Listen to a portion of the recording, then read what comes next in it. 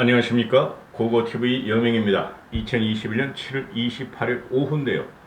덥습니다. 모두 화이팅 하시고 건강하십시오.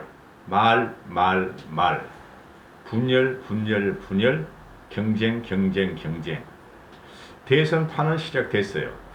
윤석열이가 이준석을 만나서 국힘의 입당이 95%다. 물론 이준석의 말입니다. 5%가 소이하다 했는데 대선판은 시작됐습니다. 윤석열은 지금 국힘을 등에 업고 지금 세를 확장하려고 그러는데 글쎄요, 과연 될까 하는 문제인데요. 그 내부에서 친윤들이 40명이 튀어나왔고 또 많이 확보했을 것이다. 의원들만 40명이니까요. 당협위원장들. 이준석이가 경고를 했습니다. 친윤과 친최, 즉 친윤석열, 친최재형 분파 행동을 자제하라 하고 경고를 했어요. 그 과정은 대선 필패 과정이다 하고 이준석 대표가 말을 했고, 과거 친이 친박의 망령이 떠오르는 거죠. 그죠? 저는 현재 그거는 큰 걱정을 안 하는데 경고를 한 건 잘한 거고, 그 다음에 김병민이가 비대위원 하다가 국힘에서 윤석열한테 갔는데 오늘 이런 말을 합니다. 윤석열 캠프와 윤석열은 외연 확장을 줄기차게 노력하고 그 이후에 국힘 협력을 생각하겠다 하죠. 대변인이죠. 김병민이가 윤석열의 대변인입니다. 한 달 동안 열심히 외연 확장하기도 바쁘고, 그런데 왜 지금 국힘 입당 시기를 말을 해야 되느냐 하고, 이거는 폭탄 선언을 한 거예요. 여차하면은 제3지대에서 가겠다. 국힘 지지자리 40명의 의원들이 윤석열을 지지했으므로 밖에서 그들을 갖다가 원심력으로 끌어내겠다 하는데, 그래도 제 생각은 괜찮다 하는 겁니다. 한번 보시죠. 한 달까지 외연 확장을 하고 그때 국힘에 협력할지 어떨지를 결정하겠다. 김병민이가 윤석열의 대변인이므로 윤석열의 어중이나 허락을 받고 이야기한 거다. 한 달 후면 8월 말이네? 8월 말에 들어가지고 경선 못 치러요, 여러분. 그 전에 들어가야지 경선 치를 수 있어요. 최소한 8월 중순까지 들어가야 돼요.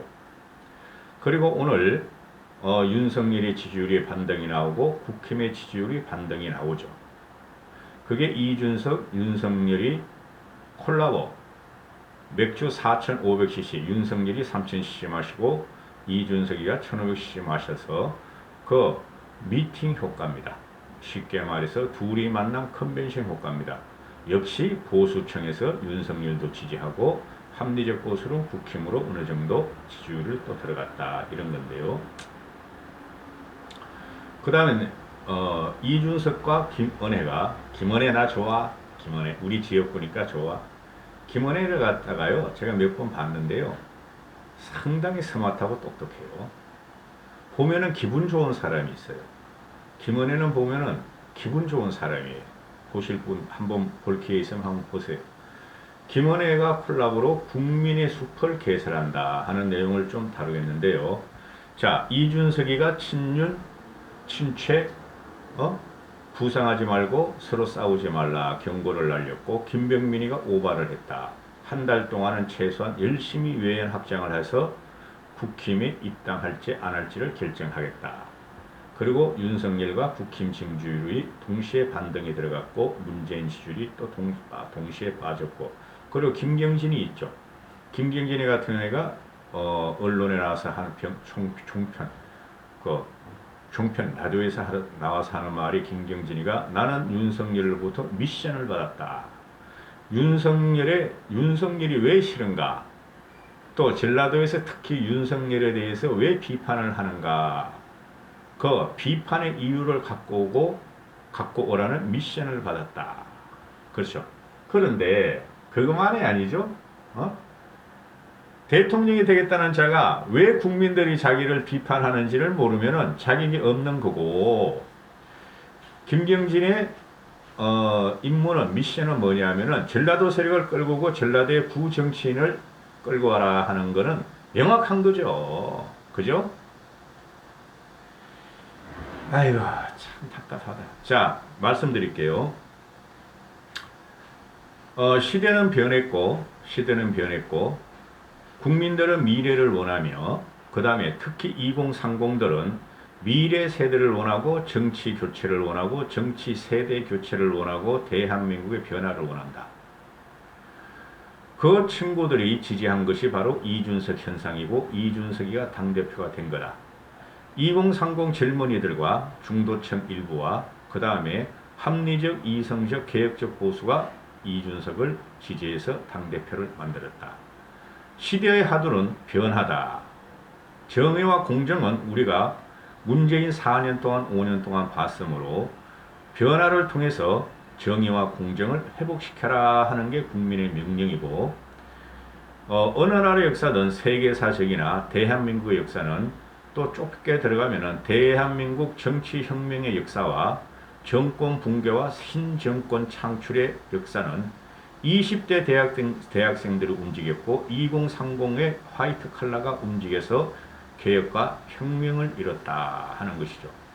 윤석열이가 그렇게 한을 못 풀어서 난리인 광주도 전남대 학생들의 봉기로 인해서 20대가 시작했으며 대구 228도 마찬가지고 부마항정에서도 이한열이라는 고등학생 학생들이 그렇게 일으키고 대학생들이 일으켰다.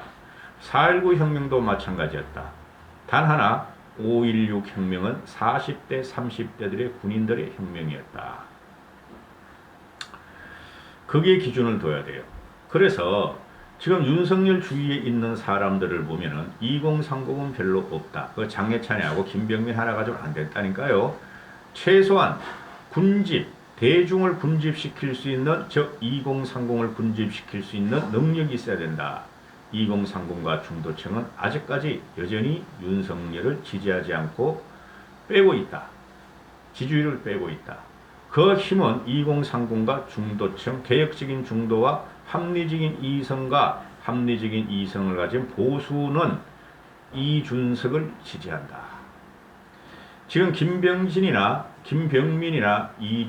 김경진이나 또는 윤석열은 이준석을 갖다가 어떻게든 뛰어넘으려고 경쟁 관계로 돌입을 하는데, 국힘이 아니에요. 얘들은 경쟁 관계를 돌입을 하는데 윤석열과 그 떨거지들은 국힘을 입당을 않는 순간 국힘의 이준석이와 전쟁을 치를 것이다. 됐죠. 결론 내드렸죠. 세상을 변화시키는 것은 6070이 아니라 윤석열의 지지율은 대부분 6070이죠. 세상을 변화시키는 거, 새 정권을 차지하는 것은 6070이 아니라 2030과 중도층이다. 보수만 가지고는 절대, 그것도 강성 보수만 가지고, 또 그것도 흘러간 낙마한 정치인들을 가지고 절대 정권을 창출할 수 없다. 이준석과 이 김은혜가 전번에 왜 로딩 중 배터리 로딩하는 거 그죠? 며칠 전에 25일날 이준석이가 윤석열 만나고 3개 남은 거 주고 한 개 칠했잖아요. 배터리 로딩 끝났어요. 더 이상 들어올 사람 없어요. 들어와도 효과 없고, 그것도 김은혜가 기억한 거예요. 김은혜 무시하지 마세요. 김은혜, 상당히 영민하고 똑똑해요. 비록 나 2대 나온 여자야, 2대 그렇지만은, 굉장히 영민해요. KT 미디어 본부장, 그죠? 미디어 상무. 그 다음에 앵커. 그 다음에 이명박 정권의 대변인.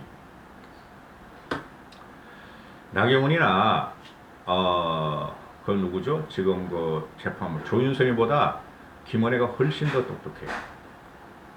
그리고 훨씬 더 대중적이고, 만나면 기분이 좋아요. 만나면 기분 좋은, 나경원이도 만나보면 기분 좋아요. 슬슬슬슬 하니까.